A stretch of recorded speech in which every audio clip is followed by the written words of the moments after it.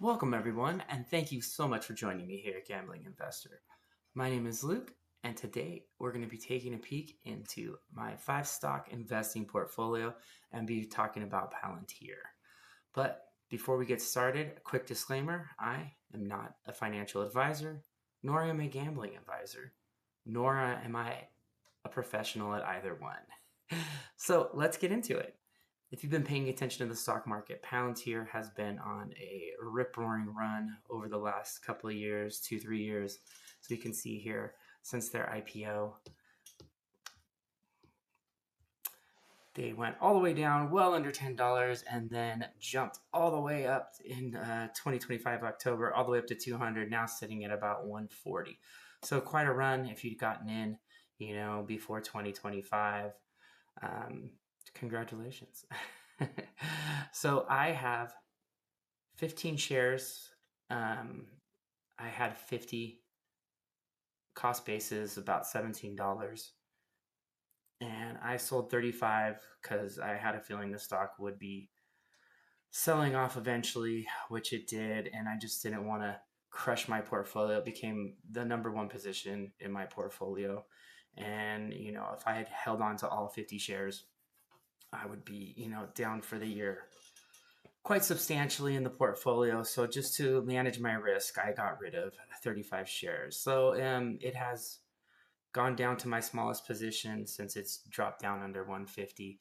So yeah, we could see my account today is worth $16,000.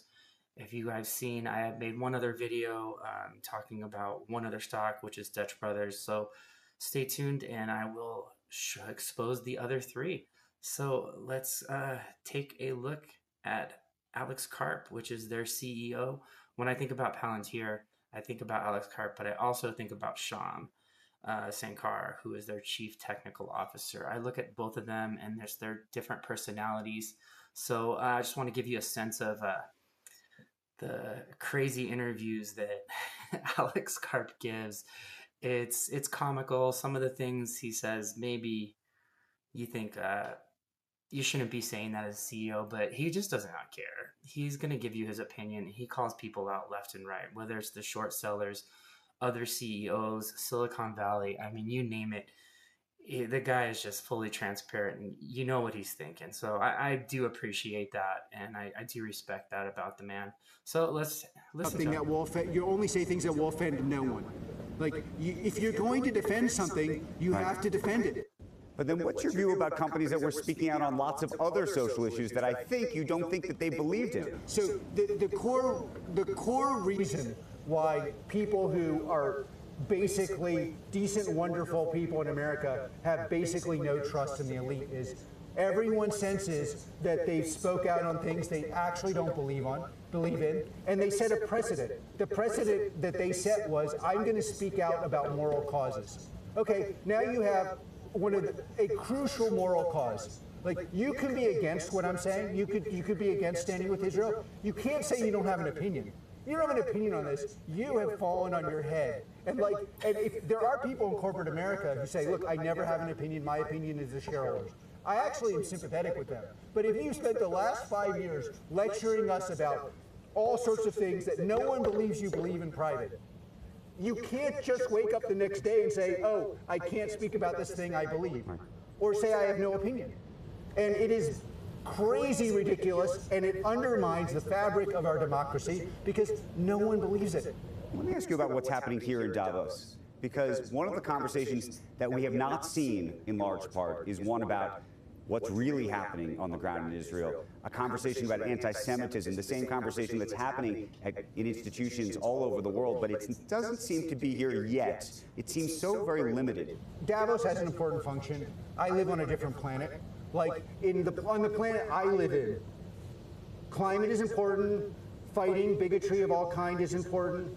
The most important issue of our time is war and peace, and the absolute most important metaphor for that is, what do you think about what happened in Israel? And by the way, anti-Semitism as a kind of prejudice has always been the canary in the coal mine for your society isn't working, your university isn't working, you're not providing real growth to your population, and because you're not explaining why it doesn't work, you just go blame the Jews. And so All right, so that should give you a pretty good window onto Alex Karp. So if Alex Karp is the why Palantir is doing what they're doing, and there's tons of interviews. You type in his name on YouTube, and you will find interview after interview. He talks to everybody. Yeah, he's gonna tell you. So if he's the why, Sham would be the how. So let's take a look to this interview that he's doing with the ultimate Palantir fanboy here, Amit, which, if you don't know and you want to investigate Palantir, I would strongly suggest checking out Amit's channel. He posts videos every day through the week, Monday through Friday. I'm pretty sure he does market calls and just checks out the market. So let's jump right in.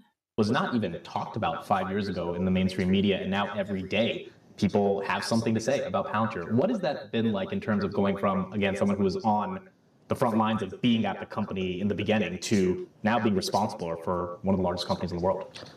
For better or worse, I mean, my frame is kind of the same. Like, I try to keep my head in the engine room, as close to the coalface with the customers, the deployments, the work, thinking about what could be better about the product, where should we be going next, where are we going to unlock the most amount of value for our customers, kind of managing that work that goes on between the forward deployed engineers and the product development teams. Right. So I know it sounds like a weird answer, but it doesn't feel different to me because I'm not paying attention to it. I'm like in the work. Well, I think that's one of the reasons Palantir has been so successful. I've heard from many other people that know who you are, that you are one of the hardest working people at this company. And I think partly the reason why so many people have been excited to look and cover Palantir's journey is because there are these bands of misfits that just want to get the job done, want to create value. And I think that leads into the conversation around the value of the book, Mobilize. When it comes to executive thought. All right, so that pretty much gives you a good look at Sham there. I love the way he comes across. With them to running the company, I feel like my money's safe. So let's talk about what Palantir does. This is a little clip from AIP Con, which they do an AIP Con twice a year. So this is about a year ago, AIP Con 6. And this is Heineken talking about how they're using. It costs like 3 weeks. It takes you 3 weeks to brew the beer, maybe 1 second to package it, and then we need 3 to 8 weeks to get it here, depending where you are. New York is shorter, Seattle takes a bit longer to get that. Now, what we do is we brew and produce on forecast. However, by the time that all the resources are arranged, materials, people, etc., and you're about to fill the bottle or the can, things will have changed. So all of these imbalances can have moved. So we, together with Palantir, we developed an algorithm that can take 2 days before the container is being loaded, take whatever is produced, take an existing booking, and swap what goes where.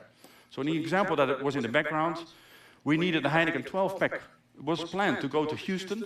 That cargo we're going to put in a container going to Seattle. Because again, we see in the future where the problems are going to happen.